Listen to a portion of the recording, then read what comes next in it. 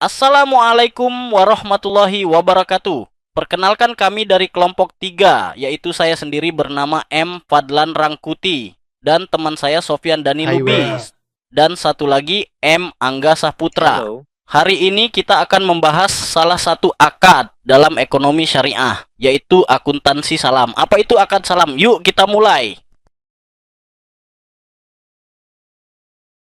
Menurut Wiroso 2010, salam adalah akad jual beli muslam fi'ih atau barang pesanan dengan penangguhan pengiriman oleh muslam ilaihi atau penjualan pelunasannya dilakukan segera oleh pembeli.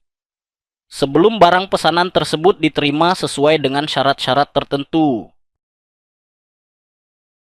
Jenis salam terbagi menjadi dua. Yang pertama salam itu sendiri, yaitu adalah transaksi jual beli di mana barang yang diperjualbelikan belum ada ketika transaksi dilakukan. Yang kedua, salam paralel, yaitu melaksanakan dua transaksi salam, yaitu antara pembeli dan penjual, serta antara penjual dengan pemasok. Hal ini terjadi ketika penjual tidak memiliki barang pesanan dan memesan kepada pihak lain untuk menyediakan barang pesanan tersebut. Selanjutnya, kita memasuki rukun dan syarat salam. Rukun salam terbagi menjadi 5, yaitu 1.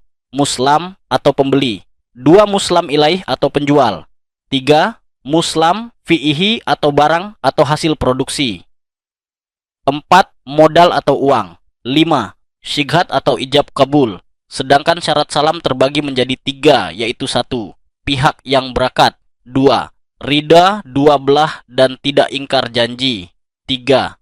Pelaku harus cakap hukum dan balik.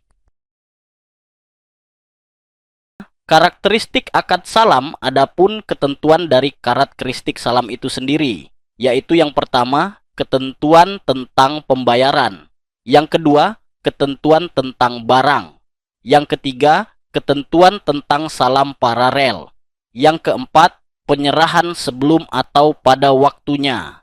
Yang terakhir, pembatalan kontrak. Perkenalkan, saya M. Angga Saputra. Baik teman-teman, di slide ini saya akan membahas dasar hukum dari transaksi atau akad yang tidak dilakukan secara tunai. Pertama, dari Al-Quran, Allah Subhanahu wa Ta'ala berfirman dalam surat Al-Baqarah ayat 282, yang artinya, "Hai orang-orang yang beriman, apabila kamu bermuamalah tidak secara tunai untuk waktu yang ditentukan, hendaknya kamu menuliskannya dengan benar." Nah, ayat ini menjelaskan pentingnya kejelasan dalam transaksi, apalagi kalau pembayarannya tidak langsung atau ada jangka waktunya. Lalu yang kedua dari as-sunnah, yaitu hadis Nabi Muhammad SAW. Barang siapa melakukan salam, hendaknya ia melakukannya dengan takaran yang jelas dan timbangan yang jelas pula untuk jangka waktu yang diketahui. Selanjutnya, saya akan menjelaskan proses akad salam berdasarkan gambar di samping tersebut. 1. Pesanan dengan spesifikasi atau dari pembeli ke penjual. Pembeli atau disebut muslam mengajukan pesanan barang kepada penjual atau muslamil dengan menyebutkan spesifikasi lengkap barang seperti jenis, kualitas, kuantitas, waktu, dan tempat penyerahan. 2. Negosiasi dan akad atau ijab kabul. Terjadi kesepakatan antara pembeli dan penjual mengenai harga, waktu penyerahan, dan spesifikasi barang. Setelah sepakat, dilakukan akad atau kontrak secara sah. 3. Pembayaran di muka. Pembeli melakukan pembayaran penuh di muka kepada penjual sesuai syarat sah akad salam. 4. Produksi sesuai pesanan. Penjual atau muslamil mulai memproduksi atau mengadakan barang sesuai pesanan. Dalam akad salam, barang belum tersedia saat akad dibuat. Pengiriman barang ke pembeli. Setelah barang siap, penjual mengirimkan barang ke pembeli sesuai dengan waktu dan tempat yang disepakati. Dan selanjutnya, Perkenalkan, saya Sofyan Dani Lubis. Di sini saya akan menjelaskan pengakuan dan pengukuran salam. Contoh kasus transaksi salam, PTA sebagai pembeli melakukan akad salam kepada petani, penjual, untuk membeli 5.000 kg gandum seharga Rp8.000 per kilogram, 40 juta. Pembayaran dilakukan penuh di muka pada tanggal 1 Januari 2025. Barang akan diserahkan pada 1 Maret 2025 dari sisi pembeli, muslam. Pengakuan dan pengukuran. A. pada saat akad ditandatangani dan uang dibayarkan 1 Januari 2025. Pengakuan diakui sebagai aset lancar yaitu piutang salam persediaan dalam akad salam. Pengukuran diukur sebesar nilai pembayaran 40 juta rupiah. Nah, untuk jurnalnya persediaan dalam akad salam rupiah 40 juta pada kas barik rupiah. Lanjut, pada saat barang diserahkan oleh penjual 1 Maret 2025, pengakuan diubah menjadi persediaan barang dagang. Pengukuran sebesar nilai tercatat sebelumnya 40 juta rupiah. Nah, untuk jurnalnya adalah tanggal persediaan gandum rupiah 40 juta pada persediaan dalam akad salam rupiah. 40 juta dari sisi penjual Muslam Ilahi. Pengakuan dan pengukuran. Saat menerima pembayaran 1 Januari 2025. Pengakuan. Belum mengakui pendapatan, melainkan sebagai utang, kewajiban.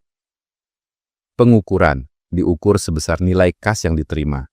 Nah, untuk jurnalnya, tanggal kas bank 40 juta rupiah. Pada utang salam, rupiah. Yang B. Saat menyerahkan barang, 1 Maret 2025. Pengakuan. Utang salam dihapus, pendapatan diakui. Pengukuran. Sesuai dengan nilai utang salam sebelumnya. Nah, untuk jurnalnya adalah beban pokok penjualan per persediaan rupiah. X utang salam 40 juta rupiah. Pada pendapatan penjualan 40 juta rupiah, persediaan per stok barang rupiah XCX catatan. Nilai XXX tergantung dari harga pokok produksi atau perolehan.